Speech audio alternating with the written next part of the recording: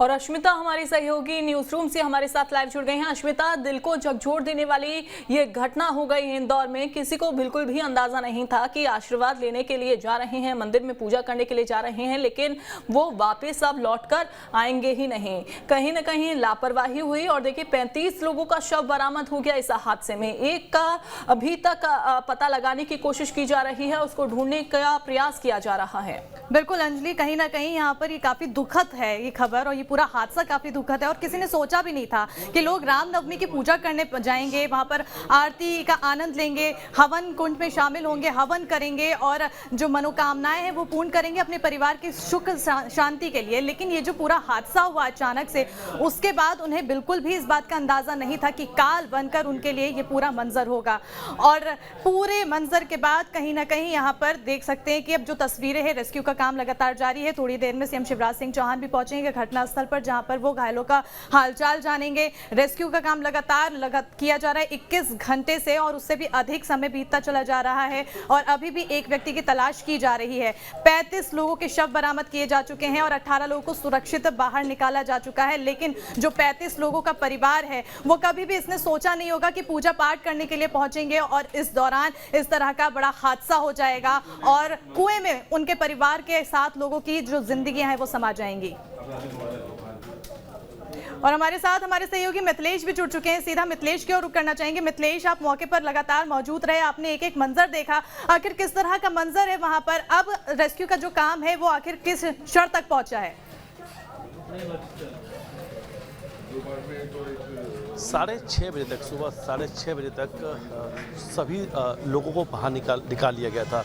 जिनकी मौत हुई थी उनका आंकड़ा 35 तक पहुंच चुका है, एक लापता है और 6:30 बजे के बाद उन्हें ही सर्च किया जा रहा है। यानी 6:30 बजे के बाद अब 9:30 धीरे धीरे बजने जा रहे हैं। 3 घंटे का वक्त हो चुका है। 3 घंटे से सर्चिंग ऑपरेशन चलाया जा रहा है एक व्यक्ति को तलाशने में, जिनकी तलाश की जा रही है, क्योंकि जो गुमशुदगी की एक रिपोर्ट बनी थी, यानी गुमशुदगी में जिनके नाम थे उनमें से वो एक मिसिंग है। उनका नाम सुनील है और सुनील की तलाश की जा रही है। इस वक्त एक तस्वीर मैं आपको दिखाना चाहूँगा कि ठीक पीछे इस वक्त जहां मौजूद हैं वहां इस वक्त वो तस्वीर हम आपको दिखा रहे हैं कि एसडीआरएफ, एनडीआरएफ और सेना के जो जवान हैं वो नज़र आएंगे। और ठीक पास में जहां पे लोग मौजूद हैं वहां पास में एक युवक है, वो उनके हाथ में कटर दिया गया है और 2 जवान ने उन्हें पैर की तरफ से पकड़ रखा है और वो अंदर जो बावड़ी की तरफ है, बावड़ी के अंदर तरफ झुककर उस कटर से जो एंगल लोहे का उसे काट रहे थे, क्योंकि कुछ न कुछ दिक्कतों का सामना करना पड़ रहा था उस एंगल की वजह से। और जब कल रात को 12 बजे जब सेना ने पूरा मोर्चा संभाला तो सबसे पहले सेना ने पूरा एक रूट मैप तैयार किया था और सबसे पहले जो बावड़ी के एंगल्स हैं, लोहे की जो बाहर निकले हुए थे, जो नीचे जालियां थी, उन्हें सबसे पहले बाहर निकाला और उसके बाद फिर अपना ऑपरेशन शुरू किया। और थोड़ी देर बाद ही सीएम शिवराज सिंह चौहान यहाँ पर पहुँचने वाले हैं। घटनास्थल पर निरीक्षण करेंगे, जायजा लेंगे कि आखिर लापरवाही कैसे हुई, कौन दोषी है, उन दोषियों के खिलाफ कार्रवाई की बात भी की जा रही है। इसकी ऑपरेशन चल रहा था, उसमें 35 शव अभी तक बरामद किए जा चुके हैं। एक व्यक्ति की अभी और तलाश की जा रही है। आर्मी और एनडीआरएफ और एसडीआरएफ की टीमें लगातार काम कर रही हैं। सर, अभी देख रहे हैं काफ़ी समय भी हो गया है, लेकिन वहाँ पे जो जिस तरह से गाद पूरा बना हुआ है, मलबा जमा हो, उसकी वजह से कुछ ज़्यादा परेशानी हो रही। हाँ, कल जो मलबा और गाद इकट्ठा हुई थी, अभी उसके कारण लगातार भी एनडीआरएफ और आर्मी की टीम्स को लगातार परेशानियों का सामना करना पड़ रहा है और गाद को के कारण रेस्क्यू ऑपरेशन में थोड़ी सी कठिनाई आ रही है। मिसिंग है कि सर अभी जो मोहल्लों से जो जानकारी प्राप्त हुई है, जो परिजनों ने जो सूचना कल सारी नोट कराई थी, उसके अनुसार एक ही अभी मिसिंग है। सर, मुख्यमंत्री और गृह मंत्री दौरे पे आ रहे हैं हॉस्पिटल का? जी हाँ, वो अभी आ रहे हैं घायलों को देखने के लिए।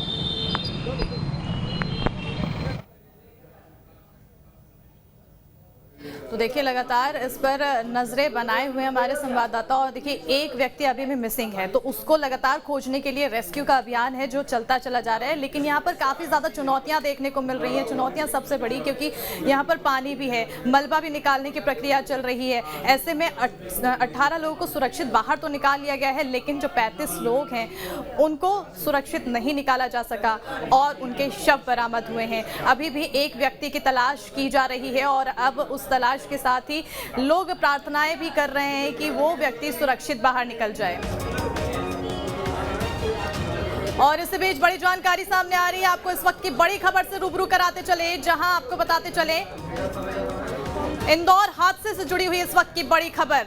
थोड़ी देर में सीएम शिवराज सिंह चौहान पहुंचेंगे इंदौर और लगातार वो घटनास्थल पर वहां पर पहुंचे हुए लोग हैं उनसे जानकारी इकट्ठा करने की कोशिश कर रहे हैं और अब वो थोड़ी देर में इंदौर पहुंच जाएंगे, जहां अस्पताल में घायलों से मुलाकात करेंगे और घटनास्थल पर भी जाएंगे सीएम शिवराज सिंह चौहान। उनके साथ गृह मंत्री नरोत्तम मिश्रा भी वहां पर पहुंचेंगे। अब तक 35 शव बरामद किया जा चुका है और एक लापता की तलाश की जा रही है। तो इस वक्त की बड़ी जानकारी से आपको रूबरू करा रहे हैं, जहां लगातार सीएम शिवराज सिंह चौहान द्वारा जानकारी जुटाई जा रही है और इसके साथ ही कंट्रोल रूम भी गठित किया गया है और कंट्रोल रूम का नंबर भी जारी किया गया है, जिसके तहत लोग जिनके परिजन हैं, जो लोग फंस चुके हैं कुएं में, परिजन लगातार उस कंट्रोल रूम में जो नंबर है वो कॉल करके अपने साथ वालों की जानकारी जुटा रहे हैं। मिथिलेश की ओर रुख करना चाहेंगे। मिथिलेश, सीएम शिवराज सिंह चौहान थोड़ी देर में पहुंच जाएंगे, उनके साथ गृह मंत्री नरोत्तम मिश्रा भी होंगे। लेकिन खास बात यहाँ पर जानने वाली ये है, क्योंकि चुनौतियां काफी ज्यादा रेस्क्यू के दौरान हुई है, कौन कौन सी वो सबसे बड़ी चुनौतियां थी जो इस पूरे रेस्क्यू के दौरान हुई? देखिए, रेस्क्यू में सबसे बड़ी चुनौती थी पानी।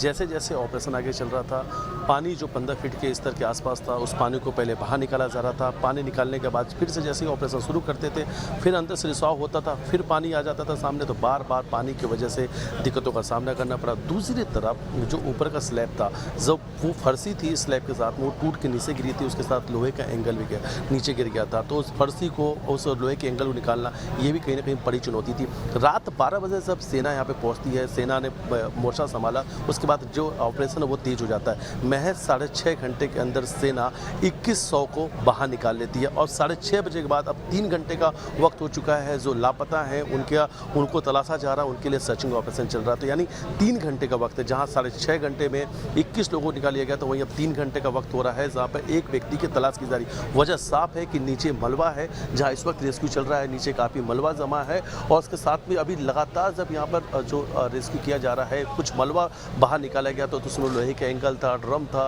सो लोहे के एंगल थे, तो वो कचरा भी अब बाहर, वो मलबा भी बाहर निकल रहा है। और कहीं ना कहीं अब जो डेप्थ है, जो बावड़ी की डेप्थ है, अब ऐसा अनुमान लगाया जा रहा है कि बिल्कुल नीचे वाले हिस्से में वो फंसे हो सकते हैं। तो इस वक्त जो ऑपरेशन है वो बिल्कुल नीचे के हिस्से में, जो बावड़ी का नीचे हिस्सा है, वहाँ पर इस वक्त चलाया जा रहा है। लेकिन वहाँ पर काफ़ी दिक्कतों का सामना करना पड़ रहा है, क्योंकि वहाँ पर मलबा है, वो जो जिसे गाद कहते हैं, वो कीचड़ युक्त जो वहाँ पर पानी है, उसके और उसमें फर्शी है, रेत गिट्टी मिट्टी तमाम जो चीज़ें ऊपर से गिरी थी वो नीचे मिल गई थी जाके, तो वो गाद बन चुकी है। तो उसे निकालना और उसमें तलाशना, अब देखिए, और जो भी अंदर फंसे हैं उनके 100 को सुरक्षित निकालना, ये सबसे बड़ी चुनौती होती है।